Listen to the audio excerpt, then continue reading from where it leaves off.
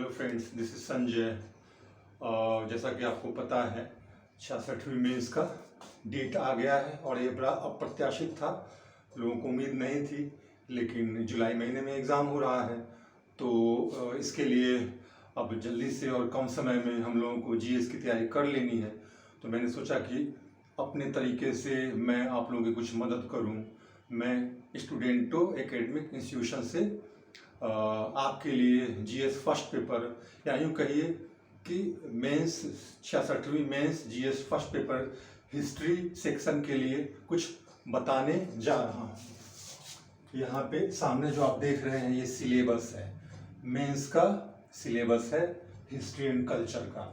जैसा कि आपको पता है जीएस फर्स्ट पेपर में 3 चीज़ें आती हैं, एक हिस्ट्री एंड कल्चर, दूसरा current events, current affairs national international, और तीसरा स्टैटिस्टिक्स, राइट। तो यहाँ पे पहले मैं बात करूँगा हिस्ट्री एंड कल्चर का सिलेबस क्या है। यहाँ बात करने का मुख्य मकसद क्या है, ये है कि कैसे आप इस सिलेबस को कवर करें, वो भी इस तरह से कवर करें कि कम समय में आप सिलेक्टेड टॉपिक्स को पढ़ें और आपका क्वेश्चन लड़ जाए। कहने का मतलब कि आपके पास जो एग्ज़ाम में 6 क्वेश्चंस होते हैं, उन 6 क्वेश्चंस को देखने के बाद आपको लगे कि आप ऐसी स्थिति में हैं कि उस 6 में 5 आप बना सकते हैं, लिख सकते हैं। और इसी के लिए कैसे मैंने सिलेबस को, किस सिलेबस को, history and culture, GS first paper के हिस्ट्री एंड कल्चर सिलेबस को मैंने साइंटिफिकली कैसे डिवाइड किया है, क्लासीफाई किया है, ताकि मैं बता सकूं कि आप किस किस सेक्शन से क्या पढ़ें और क्या न पढ़ें, और कैसे कम समय में सिलेक्टेड टॉपिक्स को चूज करके पढ़कर और आप काफ़ी अच्छा कर सकते हैं। तो आइए बात को आगे बढ़ाते हुए हम देखते हैं कि क्या क्या है सिलेबस में और हम कैसे छांटते हैं, क्या करते हैं, क्या क्या नहीं पढ़ते हैं और क्या पढ़ते हैं। एक बात, सबसे पहली बात ये है कि इस सिलेबस में, जैसा कि आपको पता होगा, थॉट्स पढ़ना है, राइट। थॉट्स में किसका, 3 लोगों का थॉट पढ़ना है, एक गांधी, दूसरा नेहरू, तीसरा टैगोर, राइट।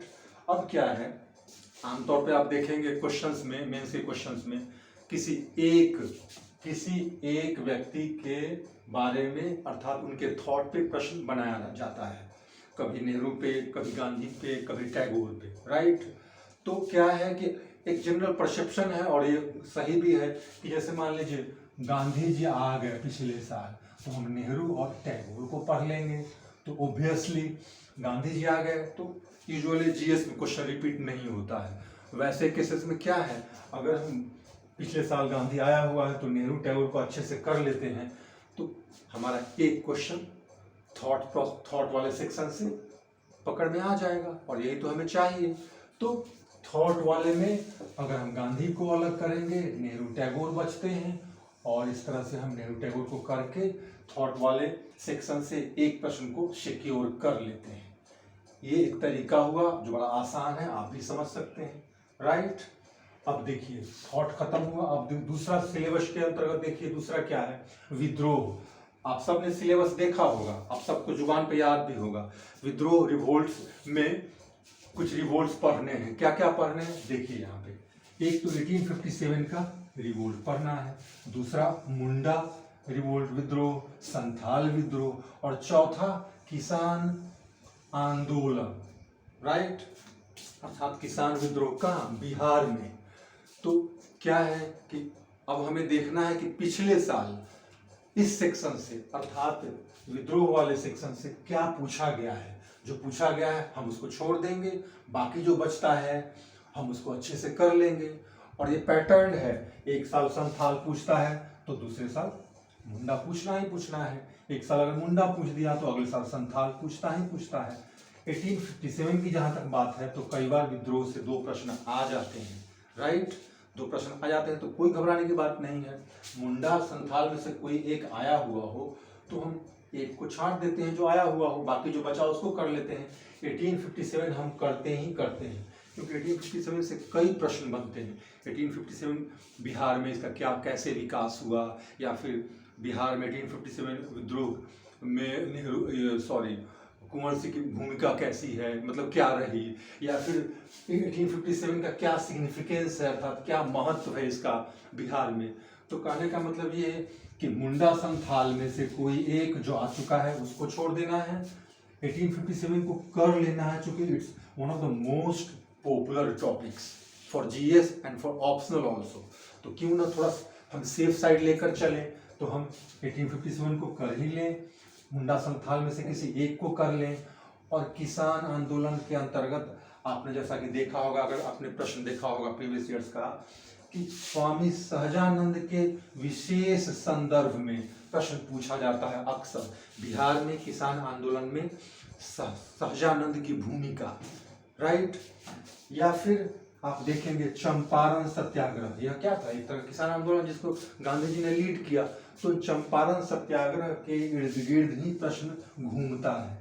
तो यह बड़ा कम हुआ है ऐसा बिहार में किसान आंदोलन एज ए होल पूछे, बल्कि किसान आंदोलन का ही ये एस्पेक्ट, स्वामी सहजानंद ने किस तरह से किसानों को लामबंद किया और किसान मूवमेंट को बिहार में आगे बढ़ाया, या फिर गांधी जी के नेतृत्व में चंपारण सत्याग्रह के अंतर्गत किसान आंदोलन किस प्रकार और कैसे बिहार के परिप्रेक्ष्य में या फिर भारत के परिप्रेक्ष्य में ही कितना महत्वपूर्ण रहा और गांधी जी की क्या भूमिका रही। तो ये दो किसान आंदोलन में जो दो सेक्शन है रिवोल्ट के अंतर्गत आप देखेंगे, रिवोल्ट मतलब विद्रोह के अंतर्गत आप देखेंगे कि इसमें से यूजुअली कोई एक पूछा गया होता है, या तो स्वामी सहजानंद को लेकर बनाया जाता है, क्वेश्चन पूछा गया होता है, या फिर चंपारण सत्याग्रह। अब क्या है, अगर स्वामी सहजानंद को पूछ लिया गया है तो हम चंपारण सत्याग्रह को अच्छे से कर लेते हैं, अगर चंपारण सत्याग्रह पूछ लिया गया है तो हम स्वामी सहजानंद को ध्यान में रखकर बिहार में किसान आंदोलन को अच्छे से कर लेते हैं, राइट। तो कितना आसान है छांटना। विद्रोह में हम यहाँ इन तीनों को एक साथ लेते हैं, एक कुछ अलग करके दो कर लेते हैं, कोई एक मुंडा संथाल में से किसी एक को हटाकर जो पूछ लिया गया है उसको छोड़कर एक कर लेते हैं, दूसरा 1857 इसलिए करते हैं कि ये ऐसा टॉपिक है जिससे हो सकता है क्वेश्चन रिपीट हो, और चूंकि हमें सेफ साइड लेकर चलना है तो हम 1857 को कर लेते हैं। यहाँ किसान आंदोलन में हम दोनों में से किसी एक को छोड़ते हैं जो पिछले साल पूछ लिया गया, और दूसरा कर लेते हैं, राइट। तो आपने देखा कि थॉट्स में कैसे हम टॉपिक को सिलेक्ट करते हैं, विद्रोह में हम कैसे टॉपिक को सिलेक्ट करते हैं। ठीक इसी तरह से अब आपको देखना है कला, आर्ट्स। बहुत आसान है इसमें भी टॉपिक को सिलेक्ट कर पाना। हम लोगों को क्या करना है, मौर्य कला, पाल कला और पटना कला।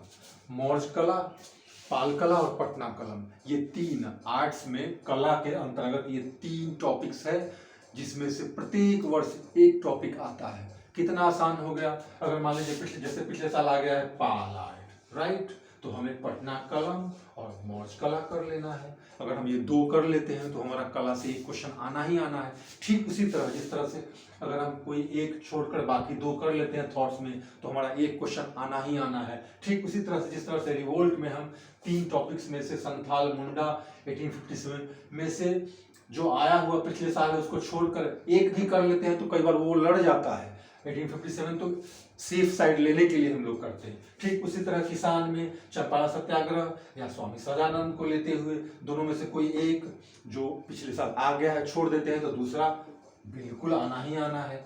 तो एक, रिवोल्ट 2, कला 3 और किसान मूवमेंट 4। आप देख रहे हैं आपने जिस तरह से यहाँ सेलेक्ट किया टॉपिक्स को छांट कर, आप बिल्कुल इत्मीनान रहेंगे कि इस तरह से अगर आप टॉपिक को सिलेक्ट करेंगे तो आपके 4 क्वेश्चन निश्चित फिक्स हैं कि उस 6 प्रश्न जो पूछे जा रहे हैं मेंस में उसमें 4 प्रश्न आपके आने ही आने हैं, राइट। इसमें बिल्कुल कॉन्फिडेंस के साथ आप ऐसा कर सकते हैं, और इसीलिए मैंने इसको साइंटिफिकली क्या किया है, इस सिलेबस को डिवाइड किया है। अब आते हैं इधर, कहाँ आते हैं हम, सिलेबस में 2 और टॉपिक्स हैं। एक है शिक्षा में क्या, बिहार में पाश्चात्य एवं तकनीकी शिक्षा का विकास। बिल्कुल रटा रटाया फिक्स ये टॉपिक्स है और इससे प्रश्न आता है एक साल नहीं भी आता है। कभी कभी ऐसा भी हुआ है कि इस टॉपिक को छोड़ दिया गया है। तो अगर पिछले साल ये आया हुआ हो तो आप इसको न करें, पिछले साल नहीं आया हुआ हो तो सेफ साइड लेने के लिए आप इसको कर सकते हैं। वैसे कंप्लीट फैक्चुअल और ठीक ठाक बोरिंग टॉपिक है। आप कोशिश करेंगे कि इसको प्रायोरिटी दें। अब सिलेबस में है तो पढ़ना है, लेकिन बाद में इसको रखें। इसको सेकंड हैंड टॉपिक के रूप में रखें, क्योंकि कंप्लीट फैक्चुअल है और साथ साथ रट्टेबाजी करनी होती है, हो सकता है आप उतना बेहतर न कर पाए, तो सेफ साइड लेने के लिए इसको एक बार पढ़ लेना है, लेकिन इसके पीछे नहीं पढ़ना है। रेदर आप यहाँ पे आइए आंदोलन में। आंदोलन में आप देखेंगे बीपीएससी के history and culture GS first paper के हिस्ट्री वाले सेक्शन में आप देखेंगे कि उन्होंने मेंशन किया है क्या, बीपीएससी ने, भारत छोड़ो आंदोलन, राइट। लेकिन वास्तव में आपको पढ़ते समय भारत छोड़ो आंदोलन ही नहीं, गांधीयन मूवमेंट्स में तीनों को देखना है, असहयोग को भी देखना है, सविनय अवज्ञा को भी देखना है, भारत छोड़ो आंदोलन को भी देखना है। हाँ, सिलेबस में क्विट इंडिया मूवमेंट को स्पेशली मेंशन कर दिया गया है, कोई बात नहीं, क्योंकि ये बड़ा पॉपुलर टॉपिक है और साथ साथ बिहार के संदर्भ में बीपीएससी में इससे अक्सर क्वेश्चन पूछे जाते रहे हैं, क्योंकि बिहार की बड़ी जबरदस्त भूमिका रही, बिहार के नेताओं की क्विट इंडिया मूवमेंट के दौरान इतनी जबरदस्त भूमिका रही कि इसको इग्नोर किया ही नहीं जा सकता है। तो अगर ये टॉपिक पूछ लिया गया है तो इसको छोड़ देना है, नहीं तो इसको अच्छे से कर लेना है। अब बाकी जो असहयोग और सविनय अवज्ञा आंदोलन है, इससे बड़ा रेयर प्रश्न पूछे गए हैं, कभी कभार इसको टच किया गया है। तो कहने का मतलब ये है कि आंदोलन, गांधीयन मूवमेंट जिसको हम कहते हैं, असहयोग सविनय अवज्ञा, असहयोग 1920 में, सविनय अवज्ञा 1930 में, भारत छोड़ो 1942 में। तो आपको यहाँ ध्यान देना है कि बाद में बिहार में पाश्चात्य तकनीकी शिक्षा के पश्चात इस टॉपिक को करने के पश्चात देखना है कि क्या इस गांधी मूवमेंट में किस में से कोई एक टॉपिक आया हुआ है। आमतौर पे क्विट इंडिया मूवमेंट एक साल आता है, एक साल नहीं आता है। अगर ना आया हुआ हो तो आपको क्विट इंडिया मूवमेंट करना ही करना है, और साथ साथ सेफ साइड लेने के लिए आप असहयोग आंदोलन, सविनय अवज्ञा आंदोलन के दौरान बिहार की क्या भूमिका रही, आप याद रखें। पूरे भारत के परिप्रेक्ष्य में नहीं पूछना है, नहीं पढ़ना है इसको। बिहार में जो असहयोग आंदोलन हुआ या सविनय अवज्ञा आंदोलन हुआ या भारत छोड़ो आंदोलन हुआ तो बिल्कुल पूरे भारत में, लेकिन बिहार की इस दौरान क्या भूमिका रही, बिहार के नेताओं की क्या भूमिका रही, क्वेश्चन इस संदर्भ में पूछते हैं, बिल्कुल बिहार स्पेशल पे वो फोकस करते हैं। तो भारत छोड़ो आंदोलन के दौरान बिहार की भूमिका को अच्छे से पढ़ना है, अगर यह प्रश्न पिछले साल नहीं आया है तो। बाकी ये दो जो बचते हैं आमतौर पे इससे क्वेश्चन शायद ही पूछे जाते हैं, लेकिन फिर भी आप सेफ साइड के लिए बिहार की क्या भूमिका रही इन दोनों आंदोलन के दौरान आप एक सरसरी निगाह से देख सकते हैं, राइट। अगर 9वीं देखेंगे तो आपकी सेहत पर कोई असर नहीं पड़ने वाला है। क्यों? इसलिए कि आपने पूरे सिलेबस को बिल्कुल नाप लिया है, माप लिया है, आपने साइंटिफिकली इसको डिवाइड किया अलग अलग तरीके से, और फिर उसमें आपने टॉपिक्स को सिलेक्ट किया है पिछले साल के क्वेश्चंस को देखते हुए। इसलिए कहीं से भी दो राय नहीं है कि इस तरह से साइंटिफिकली सिलेबस को डिवाइड करके और तब आप टॉपिक्स को सिलेक्ट करेंगे तो मजाल नहीं कि क्वेश्चन आपसे बच जाए। उन 6 क्वेश्चंस में हो सकता है आप 6 क्वेश्चन को लिखने की स्थिति में हों, या कम से कम 5 तो लिखने की स्थिति में होंगे ही। बाय द वे आपको यह जानकर खुशी होगी, आप जानते भी होंगे कि आपको सिर्फ 3 प्रश्न का उत्तर देना होता है। तो ऐश कीजिए, अब क्या चाहिए आपको, यहाँ पे 5 से 6 क्वेश्चन सिक्योर हो रहा है। इस तरह से आप अगर आगे चलते हैं, सिलेबस को आप काउंट करते हैं, क्लासिफाई करते हैं, टॉपिक को सिलेक्ट करते हैं, और आपको तो 5-6 क्वेश्चन सिक्योर हो रहा है, जबकि you have to answer just 3 question, right. तो कहने का मतलब ये है कि जीएस फर्स्ट पेपर के हिस्ट्री कल्चर वाले सेक्शन को इस तरह से ध्यान देकर पिछले साल के क्वेश्चन को सामने रखकर टॉपिक को सिलेक्ट करना है, और फिर कम से कम समय में अपनी तैयारी को कंप्लीट करके कॉन्फिडेंस के साथ एग्जाम हॉल में जाना है, और वहां बिल्कुल तोड़ कर लिखना है। तोड़ का मतलब कलम को तोड़ मत लीजिएगा, मतलब अच्छे से लिखना है कॉन्फिडेंस के साथ। अब क्या है, अगले वीडियो में मैं आऊंगा कुछ सेलेक्टेड क्वेश्चंस के साथ, अर्थात मैं कुछ गेस करूंगा, जो मेरा अपना गेस होगा। मैं दावा नहीं करूंगा कि वो सारे प्रश्न लड़ेंगे, लेकिन कम से कम मैं आपकी मदद जरूर करूंगा उन प्रश्न के उत्तर को बताने के माध्यम से, लिखने के तरीके के बारे में, और साथ साथ आपके कॉन्फिडेंस बिल्डिंग में भी मैं करूंगा कुछ कोशिश ऐसा जिससे आपको लगे कि हाँ, आप परीक्षा के लिए बिल्कुल तैयार हैं। Thank you.